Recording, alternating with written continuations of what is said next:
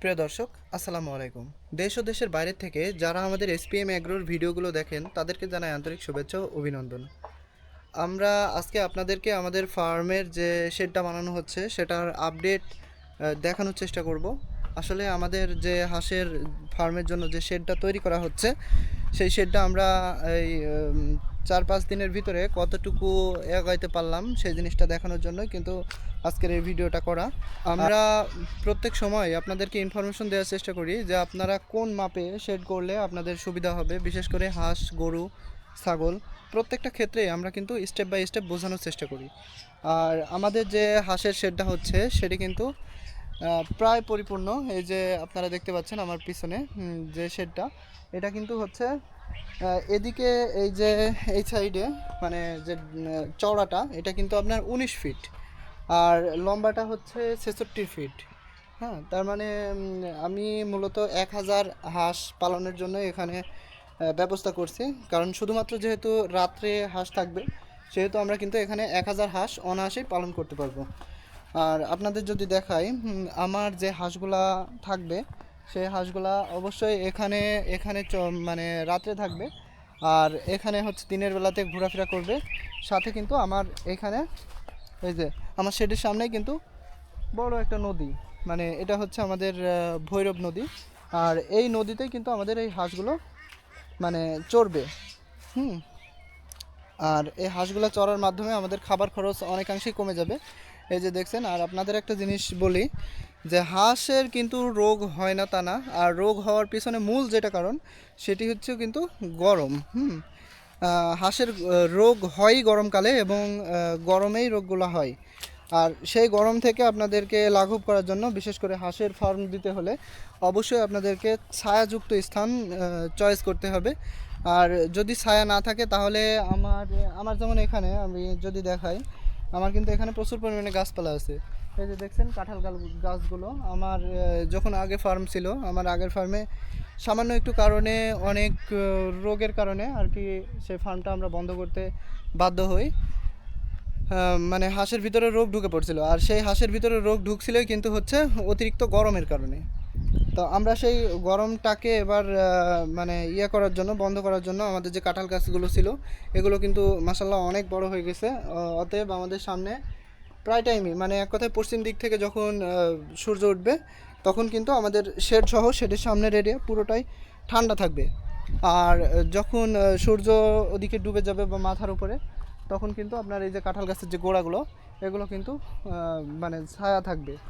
আর আমাদের যে এই যে শেডের যে সামনের জায়গাটা এটা হচ্ছে আমরা ইচ্ছা আছে যে উপরে বান করে দেব এবং বানে ওই যে এখন বর্তমান যে আঙ্গুরের চারাগুলো আছে আঙ্গুরের চারা লাগাবো, যাতে মানে এখানে দেখতেও পরিবেশটা একদম সুন্দর লাগে।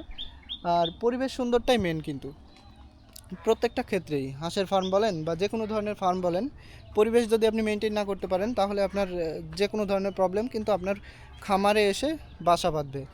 আর আমার যে যখন আমি ওখানে মানে এক কথায় যখন নদীতে আমি ছাড়বো না হাঁসগুলা, তখন আমার এই যে এখানে পানির ব্যবস্থা করা আছে। এখানে কিন্তু আপনার ওই হাঁসগুলা পানি খাবে প্লাস গোসল করবে। হ্যাঁ, কোনো কারণবশত যদি আমি বাইরে নাও ছাড়ি তবুও কিন্তু আমার এখানে ব্যবস্থা আছে পানির ব্যবস্থা, যেহেতু হাঁস পানি ছাড়া মানে পোষাটা কিন্তু অসম্ভব। আর পানি ছাড়া বলতে কি, অনেকে বলে যে পানি ছাড়া হাঁস পালন, আসলে পানি ছাড়া হাঁস পালন বলতে কি এই যে এরকম নদী ছাড়া হাঁস পালন। আপনার কি করতে হবে, এরকমভাবে এই যে আমাদের যে শেডের পাশেই যে পানির জায়গাটা আপনারা অবশ্যই দেখতে পাচ্ছেন। এই যে পানির জায়গাটা কিন্তু আমরা স্লাইডভাবে তৈরি করে দিয়েছি। কীভাবে স্লাইডভাবে তৈরি করছি, এই যে এখান থেকে আমরা যে শেডটার যে ইটগুলো দেখছেন, এখানে কিন্তু আমার যেহেতু শেড মানে ভেঙে ফেলছিলাম সেহেতু আমার এই জায়গাতে কিছু অংশ ভেঙে আমরা ইট উঠাই ফেলছি। তো সেই জন্য এবারটা আমরা ইটগুলো আবার দিতে হচ্ছে আমাদের ডাবল করে। এই যে এগুলা কিন্তু এখানে কিন্তু ইট যাবে। আর আমাদের যেটা বলছি যে স্লাইড, এই যে এখান থেকে আপনারা দেখছেন যে এটা কিন্তু একদম পুরো ঢাল। হ্যাঁ, এদিকে আপনার পানি থাকবে না, এদিকে হচ্ছে মানে শুকনো থাকবে, প্লাস আস্তে আস্তে কিন্তু এদিকে পানি যাবে। আর অনেকেই মনে করেন যে হাঁস এখানে ডুব মারতে পারবে না, আসলে হাঁসের ক্ষেত্রে ডুব মারাটা কিন্তু বেশি গুরুত্বপূর্ণ না। তার যে গলা পর্যন্ত আছে এই গলা পর্যন্ত পানি থাকলেই এনাফ। আর গলা পর্যন্ত পানি রাখতে গেলে কিন্তু উপরে যে রোদ সেই রোদে কিন্তু এই পানিটা গরম হয়ে যাবে। সেই ক্ষেত্রে আমরা করছি কি, এখানে আপনারা দেখতে পাচ্ছেন এখানে মূলত 1 হাত, মানে টোটালটা 1 হাত পরিমাণ আমরা কিন্তু এই জায়গাটা ইয়ে করছি যে পানির জন্য আমরা এই পর্যন্ত পানি দিতে পারবো এখানে, কিন্তু আমরা পানি দিব মূলত এই পর্যন্ত, পুরো লোড করার দরকার নেই। আর যদি আমরা মনে করি যে না পুরো লোড করব তাও সম্ভব। আর এই পানির উপরেও, মানে পানিটা ঠান্ডা করার জন্য পানির উপরেও আমরা একটা বান দিব, যেটা হচ্ছে উপরে পাল টাঙায় বা যে কোনো একটা কিছু টাঙায় দিব যাতে পানিটা ঠান্ডা থাকে। আর আমাদের এই পানিটা কিন্তু একদম পুরো মানে ডিপের মাধ্যমে আপনার হচ্ছে নিচ থেকে ওঠে, যাতে পানিটা একদম ক্লিয়ার।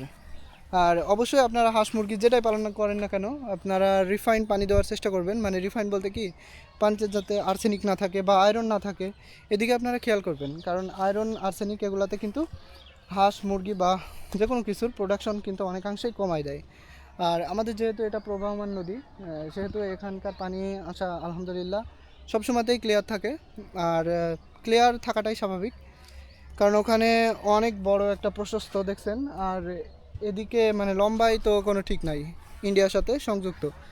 তো সেহেতু আমাদের ওখানে মানে যে নদীটা আছে এই নদীটাতে আমরা হাঁস ছাড়বো। বিশেষ করে আমরা যখন হাঁসের প্রোডাকশন চলে আসবে তখন আমরা চেষ্টা করব যে এই নদীতে না ছাড়ার, কিন্তু তবুও কিছুদিন ছাড়বো যাতে আমরা বুঝতে পারি যে হাঁসটা কী পরিমাণ ডিম দিচ্ছে, নদীতে ছাড়া অবস্থায় কী পরিমাণ ডিম দিচ্ছে এবং কী পরিমাণ খাবার খাচ্ছে। আর আপনাদের তো আমি দেখাবই যে হাঁস পালনের প্রথম থেকে শেষ পর্যন্ত। আর আমাদের এসপিএম এগ্রো কিন্তু অল্পতেই দাঁড়ায় থাকবে না, এটা কিন্তু চলমান। এখানে যেমন হাঁস পালন প্রথম স্টার্ট হচ্ছে, তারপরে কিন্তু আমাদের হাসে না, তারপরে আমাদের গরু আছে, মুরগি আছে, মানে প্রত্যেকটা কিছুই আমরা আমাদের ফার্মের সাথে সংযুক্ত করব, মানে আমাদের এসপিএম অ্যাগ্রোর সাথেই সংযুক্ত করব, অবশ্যই সেটা আস্তে আস্তে। আর আমি প্রথমেই হাঁস নিয়ে কাজ করতেছি, আপনার হচ্ছে 1000 হাঁস নিয়ে আমরা স্টার্ট করব। তো অবশ্যই আপনারা দোয়া করবেন, কারণ আপনাদের দোয়া ছাড়া কোনো কিছুই কিন্তু সম্ভব না।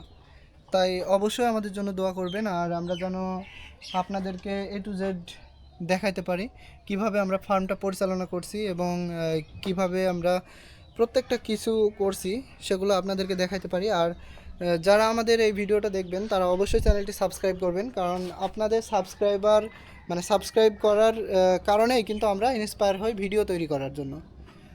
তো সেই জন্য বলবো যে যে সকল ভাই বা বোনরা আমাদের এই ভিডিওগুলো দেখেন তারা অবশ্যই চ্যানেলটা সাবস্ক্রাইব করে বেল বাটনটি অন করে রাখবেন। তাহলে হবে কি, আমরা যেমন ইন্সপায়ার হব আপনাদেরকে ভিডিও করে দেখানোর জন্য, তেমনি আপনাদেরও ভালো লাগবে এবং ফার্ম করার প্রতি আগ্রহ জাগবে।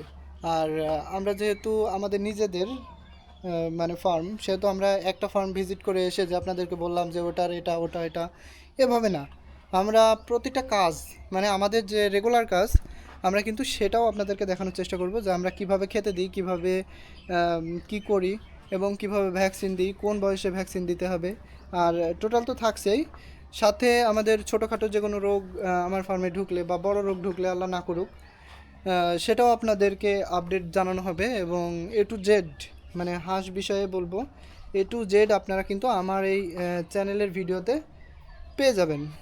আর সাথে আমার আরও 2-3টা চ্যানেল আছে যেগুলো হচ্ছে কৃষকের উপকার, মানে ওখানে আপনি বিভিন্ন বাইরের ফার্মের প্রতিবেদনগুলো পাবেন।